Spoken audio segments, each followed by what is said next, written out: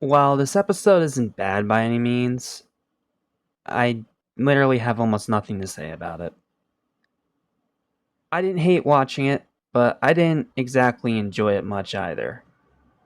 It wasn't terrible, it wasn't great, it was just fine.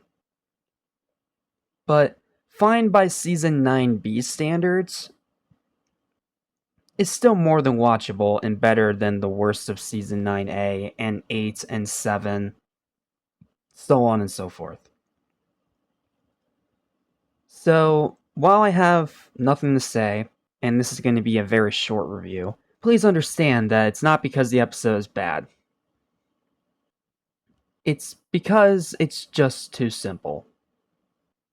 Krabs thinks that SpongeBob is struggling with his work again, so he takes him and Squidward on a company picnic. But of course, Krabs being Krabs and being a cheapskate, he makes a pretty crappy picnic full of paper plates with mustard on them and uh, a whole bunch of napkins for towels. And then guess who hijacks the plot again? Plankton, of course. Though I will say the chumpany picnic pun is actually pretty funny. So, props there, that's actually a genuinely clever pun. And Plankton apparently has this much better picnic that immediately suckers in Squidward and eventually even suckers in Krabs. But as SpongeBob finds out later, after a pen that was supposed to go through a robot's eye doesn't, and it just phases through him, um, he realizes that everything was holograms. Honestly, my only highlight with this one is the paper plate frisbee. That's it. That's literally all I've got. Final verdict for the episode is a 5 out of 10. It's fine. You're not missing much if you skip it, but you're not going to be in pain while watching it. It's just okay. It exists. Let's move on to the much more interesting and much better episode with Pull Up a Barrel. When it comes to episodes from Season 9B that I continuously confuse for being part of Season 10, this is one of them. And this time it's not just because of the animation, it's more so because of its overall style. This is an episode talking about Mr. Krabs' backstory, but it does it in a way that's very similar to the way that they do the fairy tale parodies that they do in seasons 10, 11, and 12. So that's why I kept mistaking this one for a season 10 plus episode rather than a season 9B episode. However, regardless of what season it comes from, this episode is amazing. Once again, have I mentioned how much I love season 9B? Like, it is so good, it is practically unfair. So, in Pull Up a Barrel, during a storm, Krabs decides to tell Squidward and SpongeBob a tale about his old days at the Navy. And with this one, we get to see a very creative recreation of it, as he serves as the cook on a ship. And this ship was delivering suntan lotion to a bunch of sailors that are sunburnt and, not Shanghai, marooned on an island. That's the word I was looking for. Marooned on an island. And while they're doing that, Krabs is being forced to try and serve slop by his captain, who's a joke in itself who they got to play the evil captain. And yet it doesn't feel out of place, as I'll tell you about later when we get to the highlights. So, after getting his stern talking to by the captain and being threatened with being thrown in the brig, Krabs serves his gruel to the other sailors. But then he immediately regrets it, and as soon as the captain finds out that Krabs went back on his word, well, he goes straight to the brig. However, after stealing a little bit of cotton candy from the dim-headed other sailor that's guarding him, you can take a guess who's playing this archetype. I'll give you a hint, starts with an S. and he fashions a cotton candy key to get out of his cell. However, as he gets out of the cell, the ship is besieged by pirates. So it's up to Krabs, the dim-witted sailor, and Captain Scarfish, sort of, to try to find a way to defeat these pirates. And they end up doing so by taking all that gruel and using it as ammunition for the cannon. That is incredibly creative.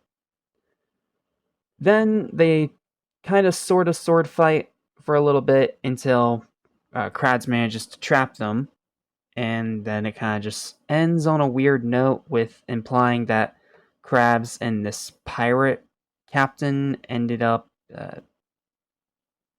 dating for a while. Like, I get the implications pretty much just a joke, but considering who they got to play the captain, it's more than a little bit weird. Because unlike with SpongeBob and Sandy, who get shipped constantly, this time it's Krabs and someone else that no one even thought about. It's weird. But aside from that weird attempt at a final joke, this episode's fantastic. The story is great. It's interesting seeing more of Krabs' backstory, even if it is mostly played for laughs because it's recreated with the SpongeBob characters.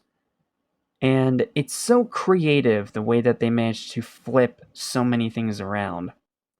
How much so? Let's talk about the highlights.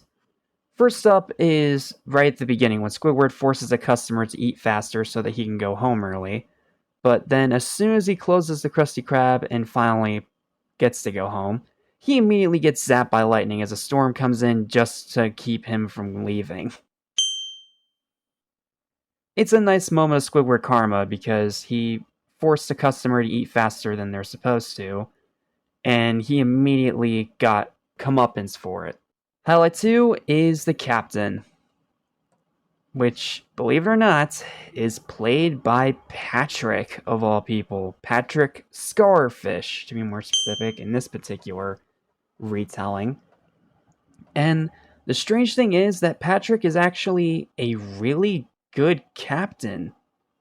Like, he's actually good at being a stern, strict, well, very mean-spirited captain.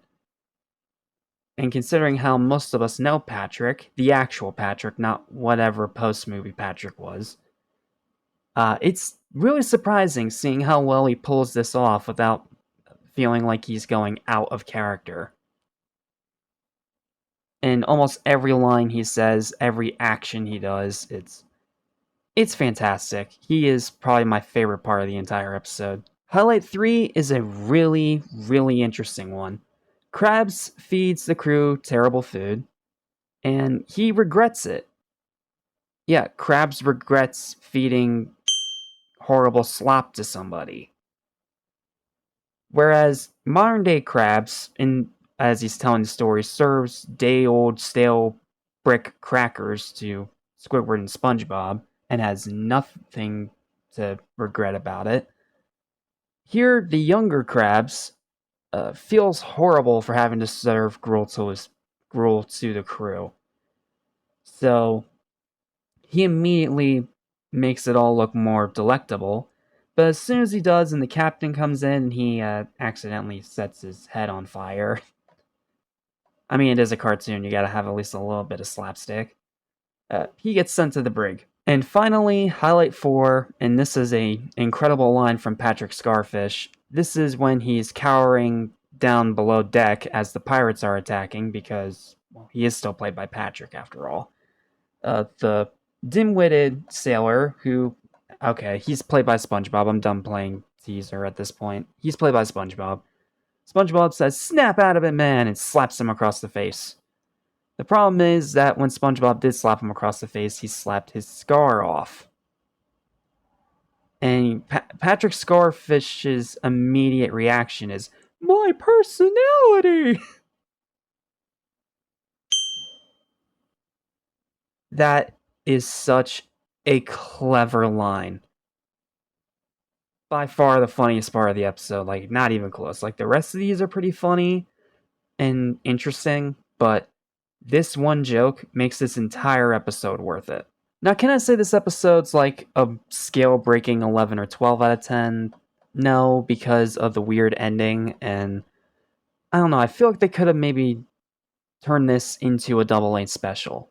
They seriously could have. I would have been really interested to see how this would have played out if they were given 22 minutes instead of 11 minutes.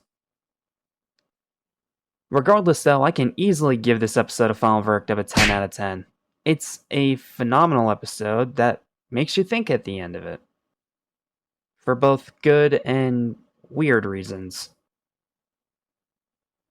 But regardless, it's a phenomenal episode. It's been given its praise by pretty much everyone else on the internet, and it is definitely one of the best of modern SpongeBob. Do I think that executive treatment is better? Yes, that's just because of my own bias. Alright, that's it. That is all I've got for this one. Thank you guys so much for watching. Feel free to like, share, and subscribe for more videos like this almost every single day. And feel free to leave your thoughts and opinions on these two episodes in the comments down below. Or just your overall thoughts on Season 9B in general. I'd love to hear them. And I will see you guys next time when we move on to another 2 episodes. Another good one that no one talks about. And another great one that's a Rocky parody. Yeah, it sounds really bizarre, but trust me, it'll make sense when I explain it to you next time. So, I'll see you guys for Sanctuary and What's Eating Patrick. Until then, take care, my fellow Bikini Bottomites, and I'll see you next time.